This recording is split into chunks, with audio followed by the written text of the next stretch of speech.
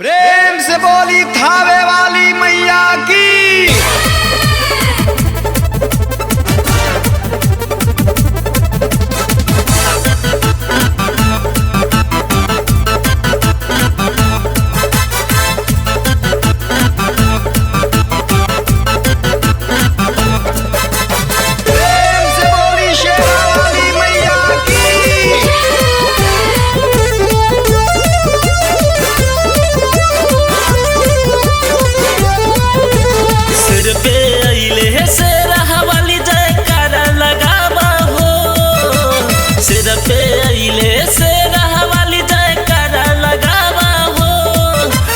भगतन मिलके माई के सब भगतन मिलके माई के जयकारा लगावा हो।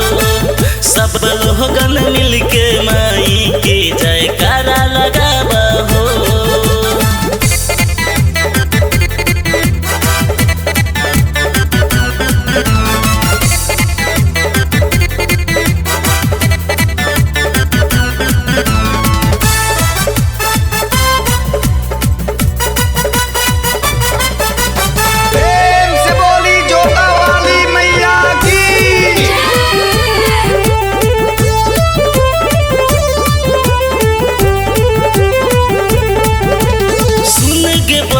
सुन हो भैया माई के महिमा निराली बा। जे कोई जाला माई के दुआरी अबे न हथवा खाली बा। सुन गे बहिनी सुन हो भैया माई के महिमा निराली बा। जे कोई जाला माई के दुआरी अबे न हथवा खाली बा। सब लोगन के झोली भरे मैया रानी हो।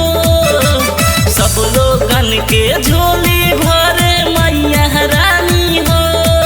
सब भगतन मिलके माई के सब भगतन मिलके माई के जयकारा लगावा हो। सब लोगन मिलके माई के जयकारा लगावा हो।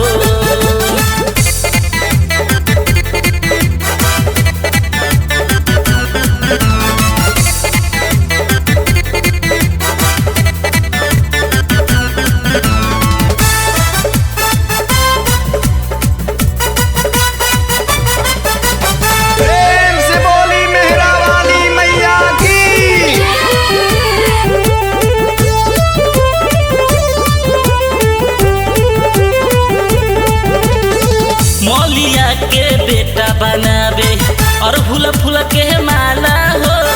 सब लोगन मिली के सजावे रची रची डाला हो। मौलिया के बेटा बनावे और फूल के माला हो। सब लोगन मिली के सजावे रची रची डाला हो। बाघ पर आइले लाटा वाली जयकारा लगावा हो। बाघ पर आइले शेर वाली जयकारा लगावा हो।